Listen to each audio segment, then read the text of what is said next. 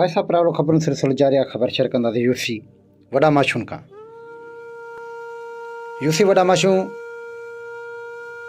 जे गोठ अली मुराद जागिराणी जो रवासी हमल जागिराणी पंहिंजे पुट 15 सालनि उमर खान जागिराणीअ जे इलाज जे लाइ मदद जी अपील कई आहे। वायसा प्राले सां ॻाल्हाईंदे हुन पंहिंजे अखियुनि जा ॻोढ़ा हारे करे पंहिंजी दास्तान हिन रीति ॿुधाई। छा मसइलो आहे?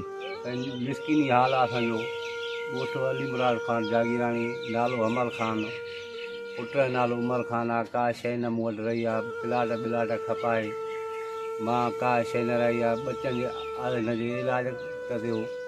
माना मिसकिनी हाल थी आहे। जेको थी सघे मुंहिंजी मदद करे। मिसकिन माण्हू आहे, मां वटि का शइ न रही आहे।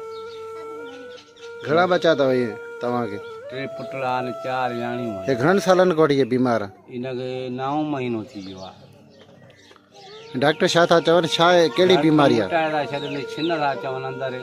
भॼाए थकी जी वापसि वरी धिका ॾेई पोइ मूंखे मोटाए था छॾनि पिया। हाणे तो छा अलाक्तारनि खां मुतालबो आहे? छा थियणु खपे? मुंहिंजो मुतालबो इहो ई आहे, मूंखे ॿी का शइ बि नथी खपे। मुंहिंजे बचे जो इलाज थिए, पंहिंजा बचड़ा गुज़र सफ़र करे पाले वेंदुमि मज़ूरी मड़ी करे, पर इलाज जो मूं वटि का शइ रुपियो ई न रहियो आहे। प्लाट खपाए छॾियमि, हर शइ खपाए छॾियमि, मूं वटि कुझु ई न रहियो आहे। मां हाणे मिसकिनी हाल करे बसड़ी करे वेही जा अर्ज़ु था कयूं। ॿांह ॿधी असां हीअं अर्ज़ु था कयूं पिया।